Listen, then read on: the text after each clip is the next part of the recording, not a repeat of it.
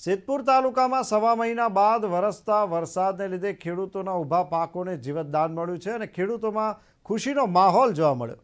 હવામાન વિભાગની આગાહીને પગલે ફરી રાજ્યમાં વરસાદી માહોલ છવાયો છે, ત્યારે સવા મહિના બાદ સિદ્ધપુર શહેર સહિત પંથકના વાતાવરણમાં પલટો આવ્યો હતો અને આકાશ વાદળોથી ઘેરાયું હતું, જે બાદ શનિવારે મોડી સાંજે એકાએક ધોધમાર વરસાદ શરૂ થયો, જેથી નીચાણવાળા વિસ્તારોમાં પાણી ભરાયા હતા, જેના કારણે વાહન ચાલકો પરેશાન થયા હતા।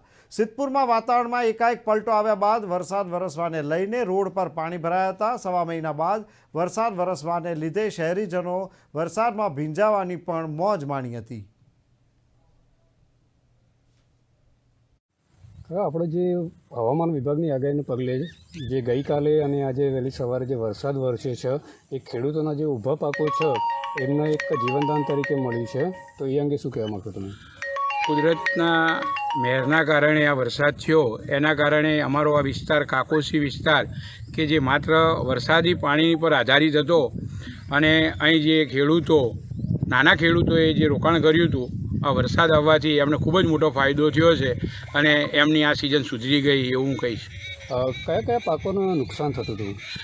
અમારે મુખ્યત્વે અહીં એરંડા, જુવાર અને જે કઠોળમાં ઉપયોગમાં આવે તલ અને મગની ખેતી થતી હતી, એમને મોટા પાયે નુકસાન થતું હતું, કારણ કે પાણીની કોઈ વ્યવસ્થા હતી નહીં। એટલે એના સિવાય જે વરસાદ વરસ્યો એના સિવાય કોઈ પાણીની વ્યવસ્થા હતી પાકને બચાવવા?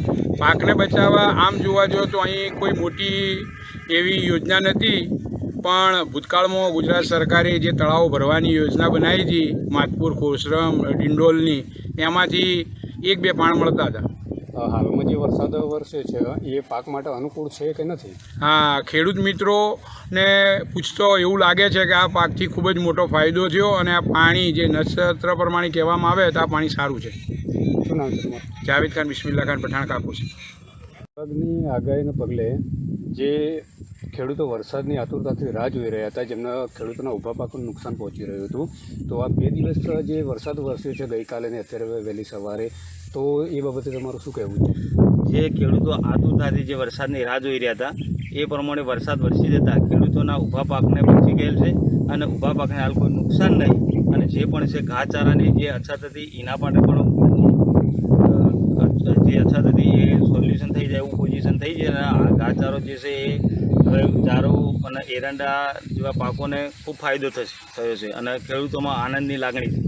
આમ કયા કયા પાકોને આમ જીવનદાન મળ્યું હોય એવું લાગે છે? એરંડા છે, જુવાર છે,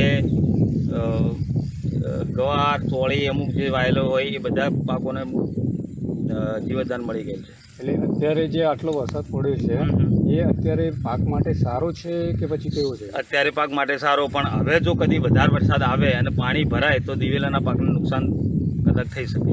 બીજા કયા અન્ય પાકોને નુકસાન થયું છે? બીજા બાજરી છે, જેની બાજરી અત્યારે વાઢવા પર આવી હોય એવા પાકોને, મગફળી જે નીકાળવાની હોય એવા પાકોને નુકસાન થઈ શકે।